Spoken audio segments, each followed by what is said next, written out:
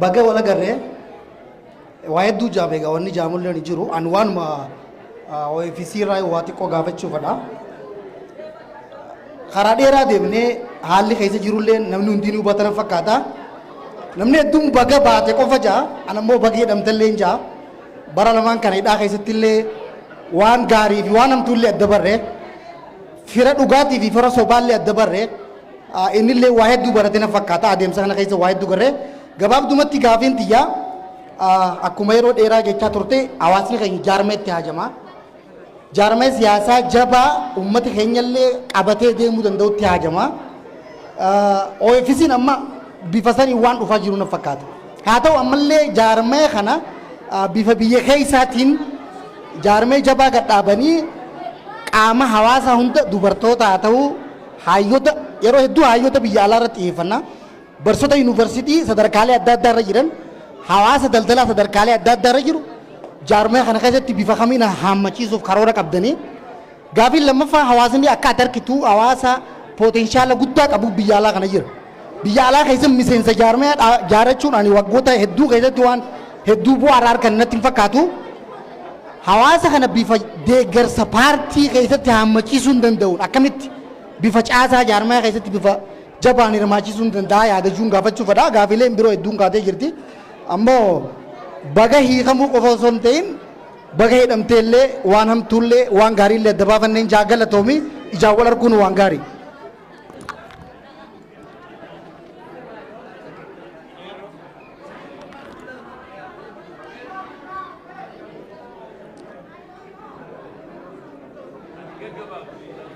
Abshir.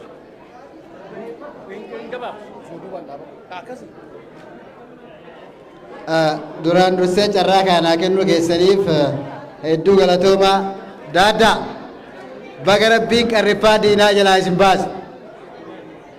Oromoo Kalgaarii akkuma kaleessa waliin baanee agartee paarsanii onnaa 40 keessa wajjin dhaabataa turre hedduu galatoomaaf jechuu barbaada. Ayyee. Gaafiin kiyya jalqabaa impaayera Itoophiyaa keessatti dhugumatti nageenyi amansiisaan ni argamattee yaadda. Nageenyi Oromoof Oromiyaa ajjeechaan saamichi dararaan Oromoo irraa hin dhaabbata. Biyya sana keessatti kabajaa Oromoon kabajaa ni argata jettee ni amantaa. Gaafii kiyya jalqabaati. Gaafiin itti aanu ammoo urga gaafa Haacaaluu Hundeessaa nyaatamee isin ammoo mana hidhaa seentanii booda qeerroo fi qarree Oromiyaa guutuu keessatti kan ajjeefaman lakkoofsan qabu. Akkasumas kan hidhaman ganda irraa kaasee hamma federaalaatti hidhaan qeerroo fi qarreen manni hidhaa qeerroo fi qarreedhaan guutame.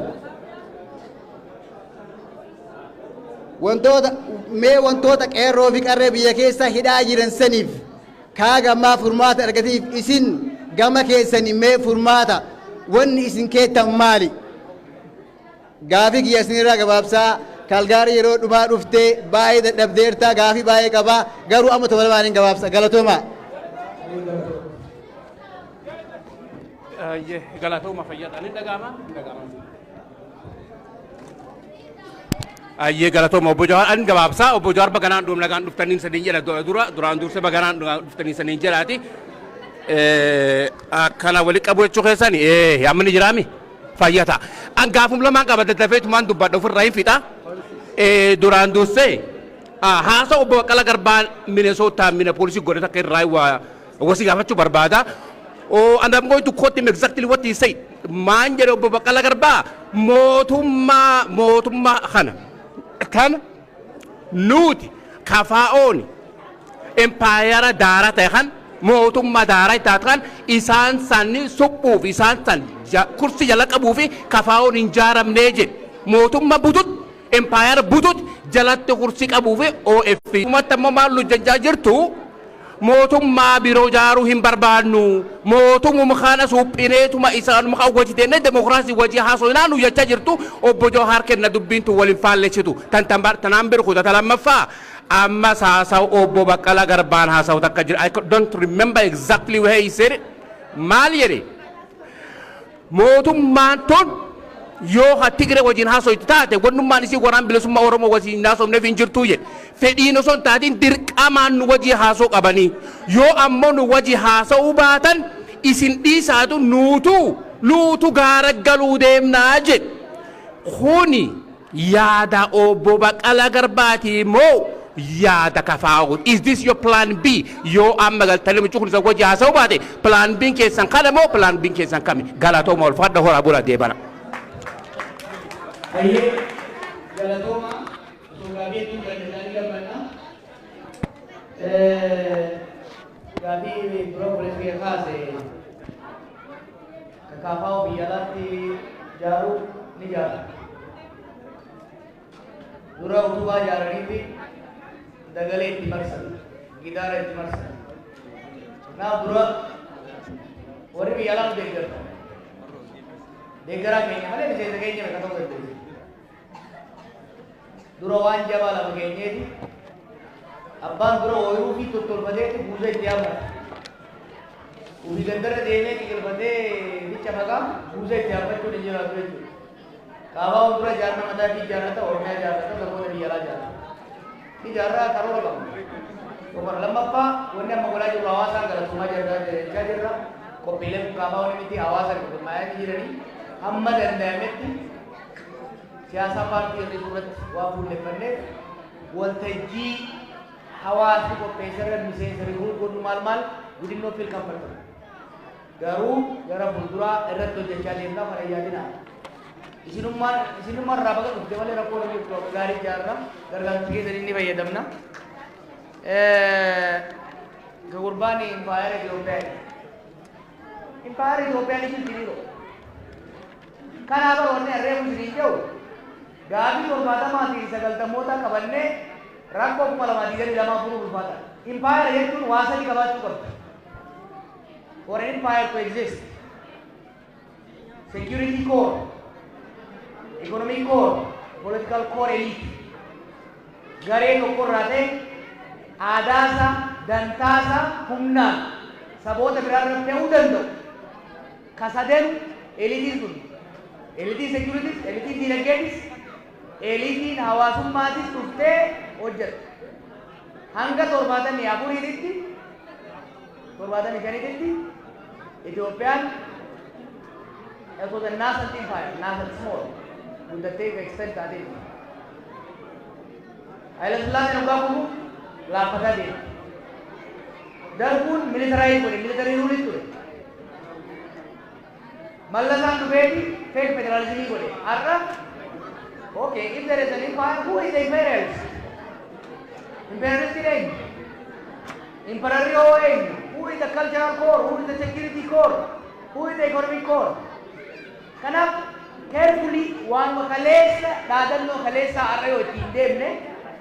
It doesn't make sense. And Ethiopia to me is a failing state.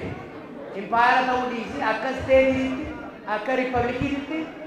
Sirna tibu dadhabe daddaaqa jiru waan ta'eef akka waan intact empire system jirutti ilaaluun a little bit dogongora birallee dabree rakkoo nutti uumuu danda'a waan reefu isin dhiyeesse ilaala imperialistiin eenyu yeroo tokko tokko kawweetti dhugaafne inni akkamitti dhugaafne si beekuun barbaachisa erga Hacaaluun wareegame booda Kerron kumaatama inni wareegame kumaatama inni hidhame kumaatama bosonatti gale kumaatamaan immoo sirnichatti gale bekkaafutti edin sobina Kerron wayyaan irra tokkummaa qabsaa ture sun bekkaafutti gale tokko ni wareegame ni hidhame kalammataa bosonatti gale kun sirnuma kanallee taatumaan qabuun qabu jee sirnichatti gale badda addaatu kun ni ribe kare be jirees kahilames hikamu qabu kawa reegame deebisuun dandeenya karaa inni itti wareegame bakkaan ga'u malee kan dhiibamee bosonatti galfames hayitisaa gaafiisaa deemtee fi qeetti galuu qabu kanaaf kahilames hikamu qabu kun garuu ka ta'uu danda'u hariiroon jirtu yoo jijjiiramte qaba. Hanga lolli jirti hanga civil war wal jirutti namni du'uun namni hidhamuun waan hin oolle jira. Kanaaf isa irratti hojjechuun barbaachisaadha. Jala eega amma nuti yookaan nuti hiikamne sanii as meeqaan tamiitu gala. Meeqaan tamutu ajjeeman kun itti waan deemaa jira jechuudha biyya guututti namni dhumutti jira.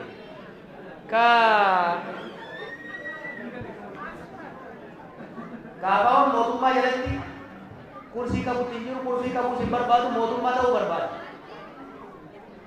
Mootummaa jalatti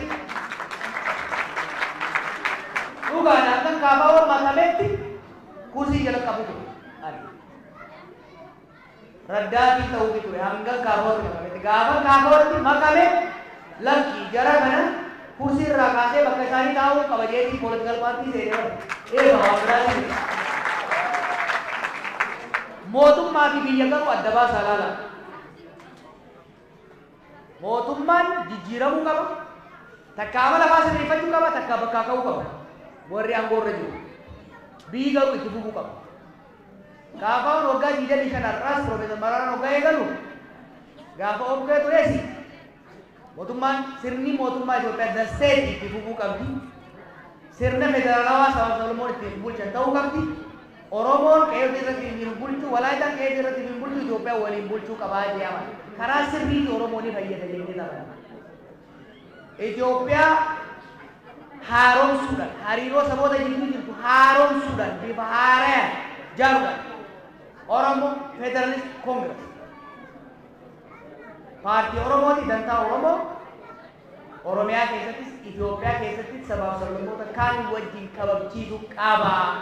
Jeeti amana Baqqalaa Garbaas kanuma jedhu sirna abbaa irree ofirra bulchuun barbaadu. Inumaatu paartii cimaa jaarraa 21ffaa Oromoo fi saba naannoo saniitiifis akka reefu jennetti dimokiraatik pluralizim bifa ta'e sirna federaalawaa dhugaa dimokiraatawaa ta'e dhugaa jaaruun itti deemaa jiru. Kana garuu afaaniin miti. Dhagayaa amala ta'e Oromoo keessa wanti ta'e dhaadannoo haadii gamtu haa jaaramtu wanti kun dandeenya haadii gamtu jechaa oola namni akkasii miti.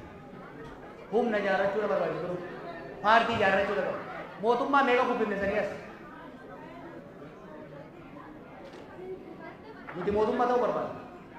Mootummaa garuu hawwiidhaan ta'uu barbaadu kadhaadhaan ta'uu barbaadu. Humna Oromoodha. Humna sabaaf sablammoota biyya sanii jaarmaa cimaa hoggansa itiitaa imaammata ifaa tarsiimoo beekumsaan masakan baafannee ijaaruu barbaannaa jechuudha. Kana ifatti ilaalanii ittiin deemuun barbaachisaadha. Waliigalatti Oromoo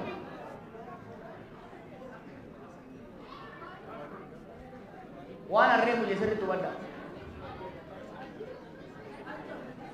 Sirna amma jiru tooftaa kaleessaatiin mo'achuun hin dandeenye. Waggaa 20 qabsoon Oromoo kalaan turte zamana wayyaanee qabsoo tooftaa darbuu irratti ittiin deemaa turteen wayyaanee dubbisuu yaalle amma 20 ni kubinoo bajan tursiillee amma 20 wal tooftaa jijjiirre afaan isiin hin beekne tooftaa isiin hin beekne itti dhufne jijjiirama fiduu dandeenya. Arras jaarmaa saba keenya madaalu tarsiimoo yeroodhaa fi waqtiidhaan wal madaalu hoggansa daayinaamik ta'e hoggansa Oromoo Oromiyaa fakkaatu ni jaarra. Wal wachiisaa deemna walii ibsaa deemna garuu ciifnee hin alaalan nuti ciifnee bilchiginnaa abaaraa bilchiginnaa hamachaa komachaa jiraachuu hin barbaannu.